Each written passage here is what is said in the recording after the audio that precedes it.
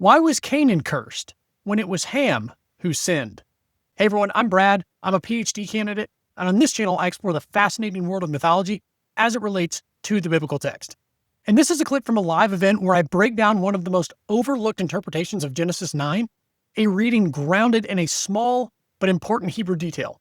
And this isn't the majority position, but it's one that has been proposed in serious academic literature, and therefore it's worth understanding. This is where Noah plants a vineyard, and he gets drunk, and Ham sees the nakedness of his father. And the result of this is that Canaan is cursed, which we're going to look into that. Why is Canaan cursed if Ham is the one who sees the nakedness of his father? So let's look at the actual event itself. We've got Noah began to be a man of the soil, and he planted a vineyard. And I have man of the soil underlined right here because the term here is the term for soil is the term Adamah in Hebrew, which is what Adam was formed from. Adam was formed of the Adamah. So I thought that was an interesting correlation because Noah is this Adam figure, and he plants a vineyard, which can be likened to the garden. But Noah drank some of the wine, and he became drunk, and he laid uncovered in his tent. And Ham, the father of Canaan, saw the nakedness of his father, and he told his two brothers outside. And this is the traditional image that we get from this story. They walk with their back and they refuse to look at it. And you have Noah just kind of laying there passed out drunk, like not knowing what he's doing. And the discussion has always revolved around, what did Ham do to his father? What did it mean that he saw the nakedness of his father?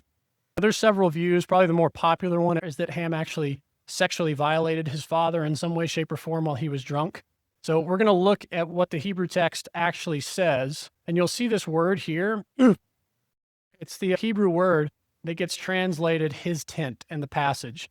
And you see that letter in red is the Hebrew letter he.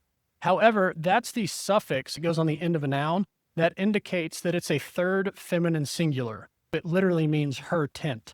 So where the text has, he saw the nakedness of his father in his tent, in Hebrew it says her tent. And this is actually confirmed in Genesis 24:67, where it says, then Isaac brought her, being Rebekah, into the tent of Sarah. It literally says in Hebrew, the tent of her. So you have that same ending, that third feminine singular ending on there. And what does that actually mean? Why is Canaan cursed because of this? And we'll read a little bit more into this passage. It says, when Noah awoke from his wine and knew what his youngest son had done to him, he said, cursed be Canaan, a servant of servants shall he be to his brothers. He also said, blessed be Yahweh, the God of Shem, and let Canaan be his servant. May God enlarge Japheth, and let him dwell in the tents of Shem, and let Canaan be his servant. So it was Ham that violated his father. But the text says that Ham uncovered the nakedness of Noah in her tent. And so in this view, the her is actually Noah's wife, which would be Ham's mother. And in this view, Canaan is the offspring of Ham through a sexual violation of his mother. And that is why Canaan is cursed, because he's not Noah's son, so Noah does not want to share inheritance with him. So again, it's a possible view. It provides some explanation, perhaps, on why Canaan receives the curse rather than Ham. All right, I want to know why you all think that Canaan was cursed. So let me know in the comments below. And I'm also going to link a great article that goes through all of the possible interpretations of this event, and it provides some great counter evidence for this position that I've just laid out. And be sure to check out this video that YouTube thinks you're going to like, or if you want more Genesis, you can check out this playlist right here. Thank you all so much, and I will see you in the next video.